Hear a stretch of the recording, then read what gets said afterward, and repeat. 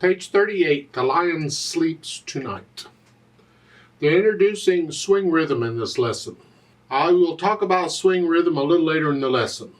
A particular style of counting, a particular way of counting for some types of music. I'm just going to go through the regular procedure I use and learn this piece first. When I add swing to a piece, I normally do it toward the end. So I look it over, I see it's about a page and a half long. It's actually quite a bit longer than that because of the repeat sign, but there's only about a page and a half of music to learn. Clef signs are treble and bass clef. There's one flat in the key signature. We're in the key of F major. We're still studying the key of F major. Make sure you're doing the scale for F major. Go ahead and do the scale for D minor also, because it has one flat in the key signature. They'll get around to introducing minor scales eventually, but I don't see any point in waiting. Just do it. And 4/4 time signature. Let's take it one hand at a time because both hands are kind of busy. The right hand is starting on F here. That puts the hand here. Don't forget the B flat. It's in the key signature.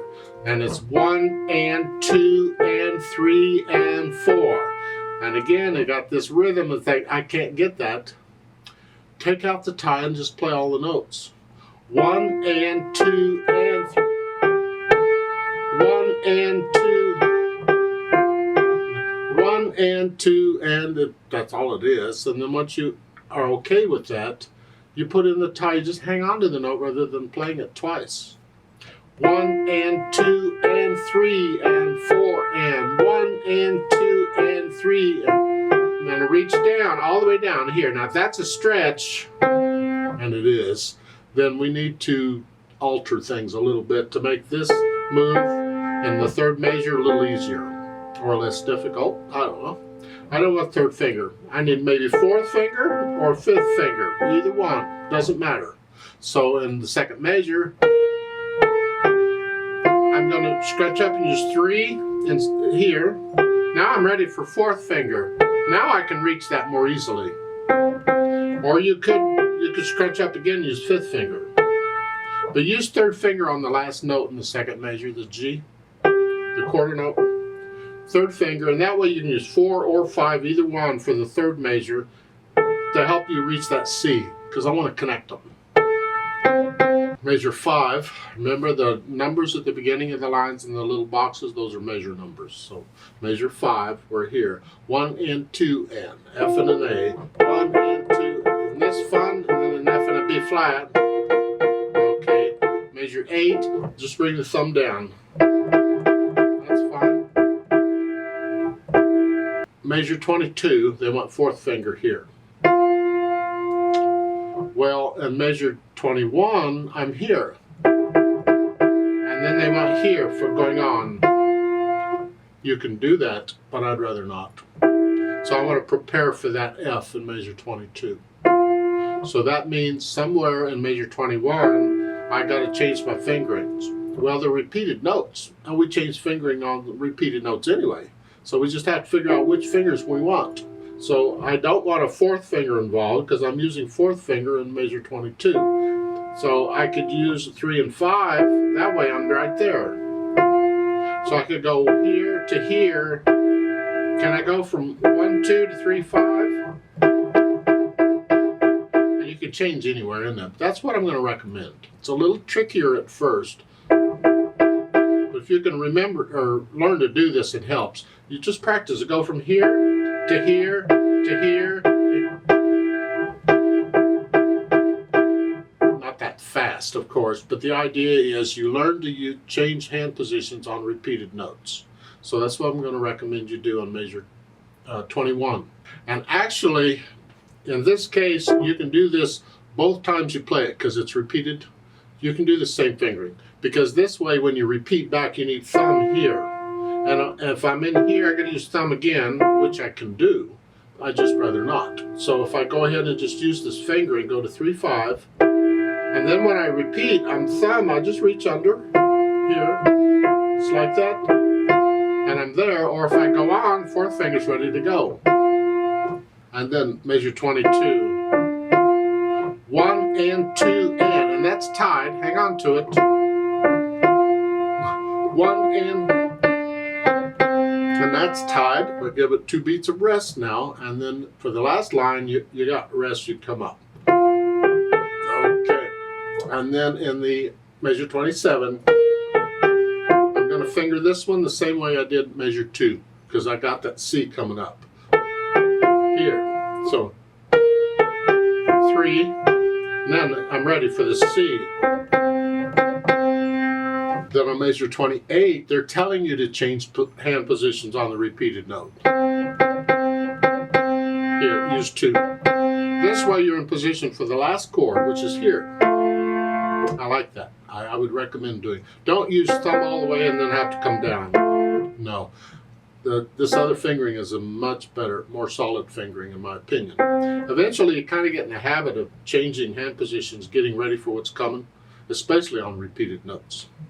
So the last 3 measures, you're here, here, and then you're ready for the last measure. An A and an F.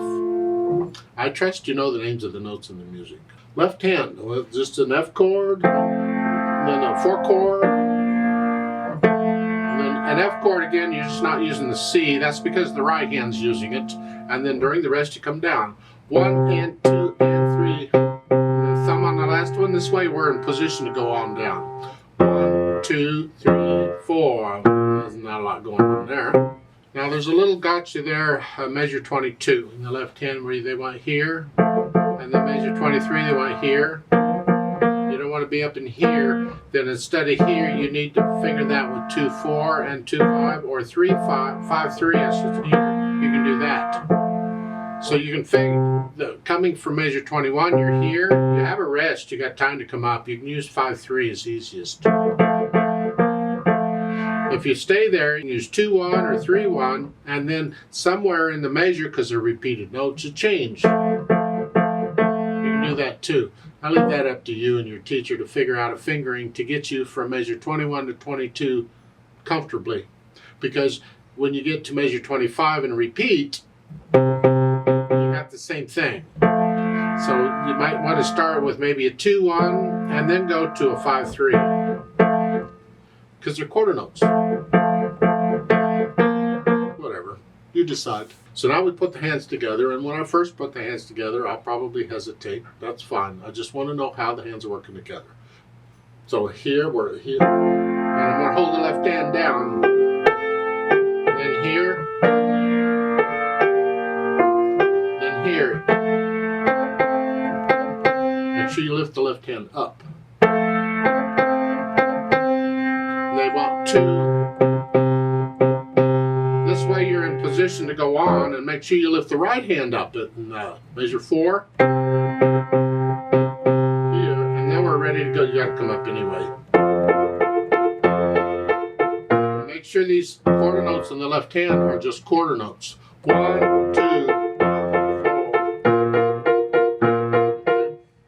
So I go through the whole thing and put the hands together slowly, and then go back over it slowly and work out the hesitations. And if you're struggling with this, then break it up into pieces. For instance, the first line is an introduction. We talked about sections. Get the first line down, pretty good. And then once you have it, set it aside. Don't keep playing it. You've got it. Now start measure 5. And you go down to the second ending there in the next line. It's another section. Get that one, where you can play that one okay. And once you have it, set it aside. Don't need it for a while. Don't keep playing the stuff you can already play. If you're trying to learn a new piece, focus on the stuff you can't play, is what I'm after. And so we do the next section, which is the, measure 10 at the bottom. So you focus on that, and that goes on to the end of the third line is a longer section. Get that one down. And once you have that, then focus on the last section, the last 2 lines, and get that. Then once you have each section okay, then go back and put it all together. You will not have forgotten the other stuff. You'll still be able to play it. You put the whole thing together. You'll find that you can learn a piece much more quickly if you do use that approach, rather than always starting at the beginning and trying to go through it. So go through and get rid of the hesitations. Now once I've done that, I'll think about the articulation, and here they don't really give any. It's up to you. If you feel like playing a staccato someplace, play staccatos. If you want to lift up for the phrasing, lift up. Well, sometimes they give you rests, you have to lift up. Later on, when you start interpreting it, you might feel a little more articulation. Okay, as long as the music doesn't say anything, it's pretty wide open. You can do about anything you want. Then the dynamics. MF at the beginning, mezzo forte, it's moderately loud, sort of loud. That's the melody, which is of the right hand. These chords, light, soft.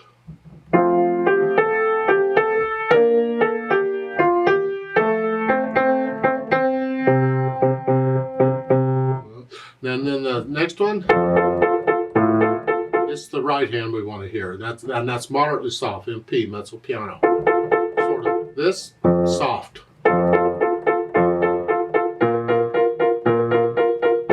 And then measure 10 again, you're back up to moderately loud.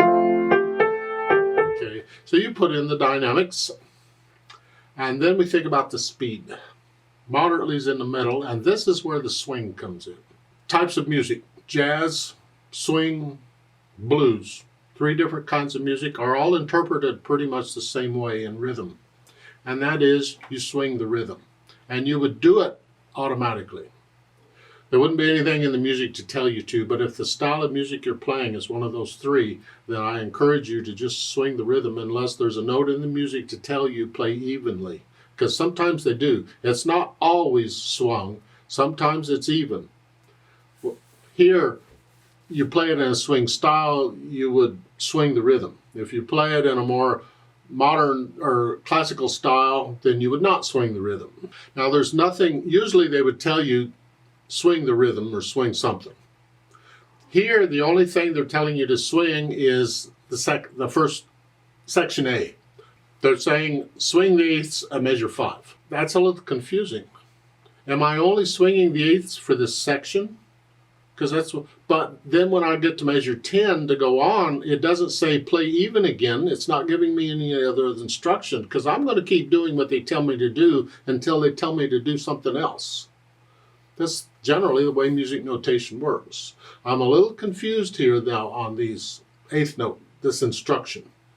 In my opinion, this whole thing should be swung, but it's a little harder to tell on the introduction. So the counting is, instead of 1 and 2 and 3 and, it's 1 and 2, and you feel it. There's no notation for it, you just feel it.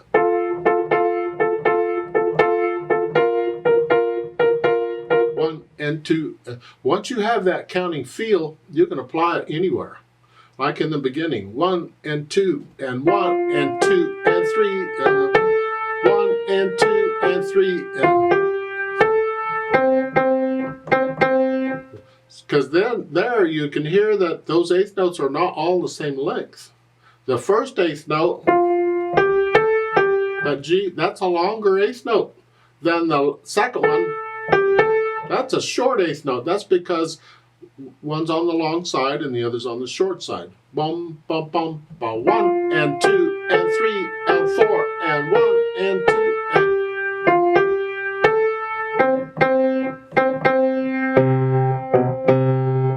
You can feel this. But it comes out more in measure 5 when you're playing eighth notes.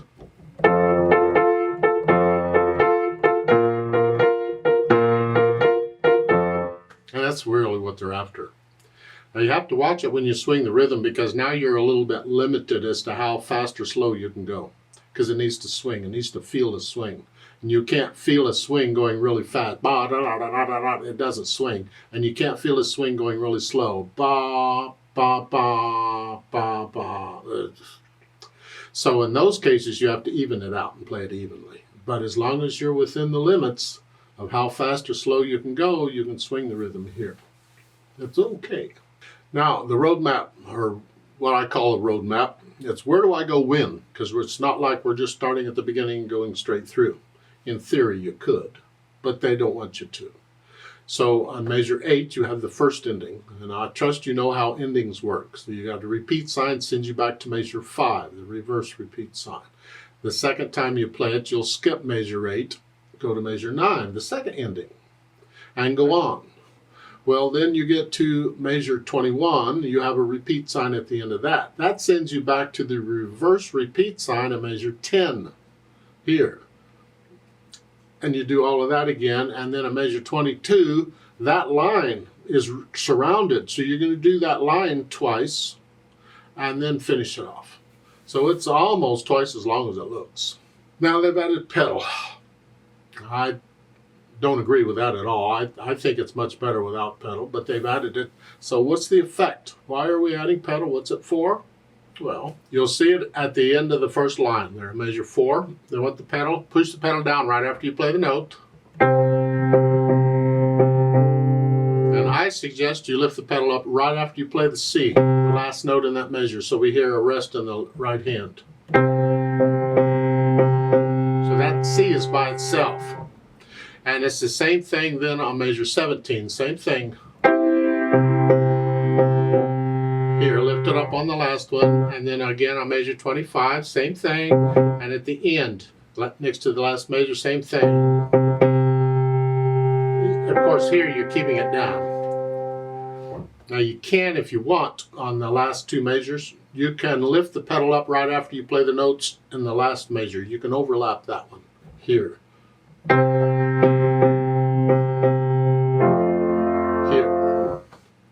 And in my opinion, you could also pedal the last measure if you're going to do that. I've added overtones, so I'm going to go ahead and add them to the last measure. Yeah. So why are we pedaling? I don't know. In my opinion, you don't need pedal. You can hear the rhythm better with the silence in between the notes. But if you want to use pedal, you go ahead. If you were my student in front of me, I'd take a pencil and cross out all those pedal marks and say, do this without pedal.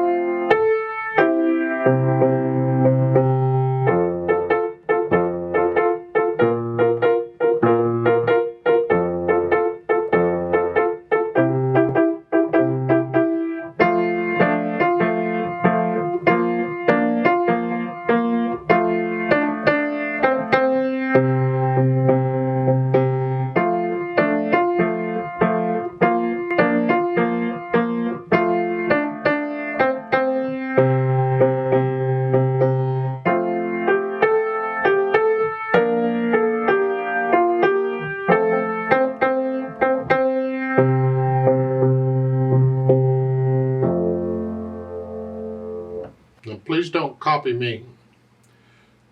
You interpret it. You get into it. Remember the natural accents. 1, 2, 3, 4. 1, 2. These syncopated notes, bring those out a little bit.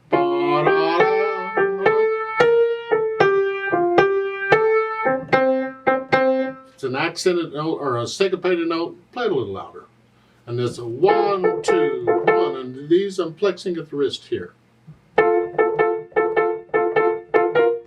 Just light, easy, stay relaxed. Let's play this together very slowly and check the notes and the rhythms. I'm not going to do the louds and softs, and I'm not going to do the pedal. You can do that. We are going to do all the repeats. It's going to be kind of a long one because we're going to go slow.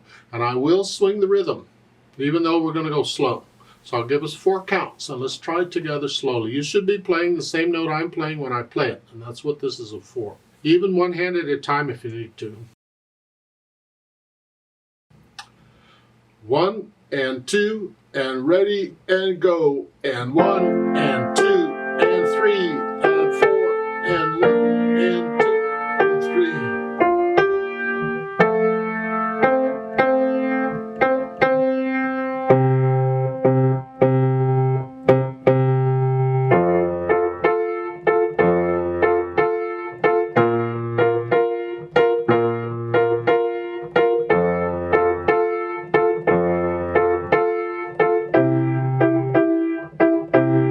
Repeat.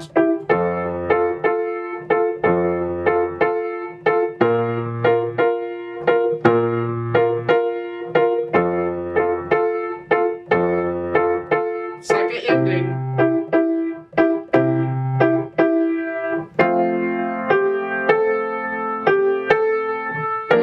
And 2 and 3 and 4 and 1 and 2 and 3 and 4 and 1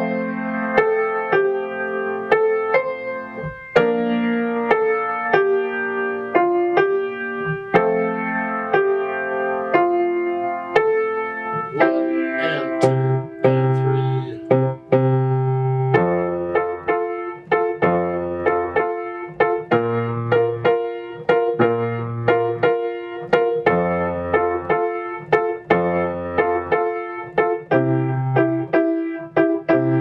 Repeat.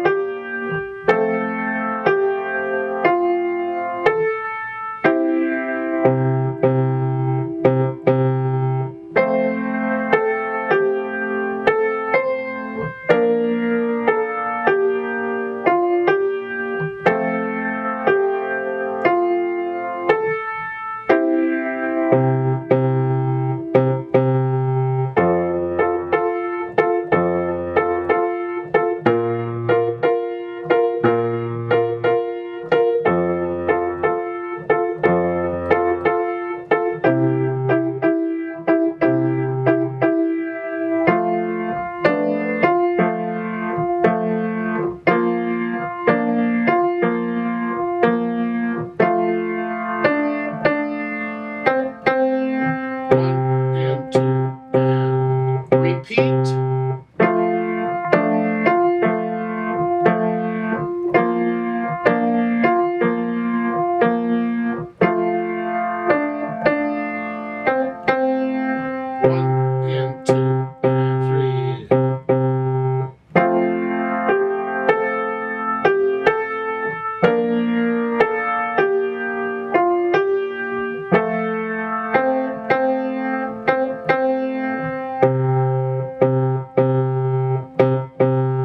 One, two, and 3, and rest.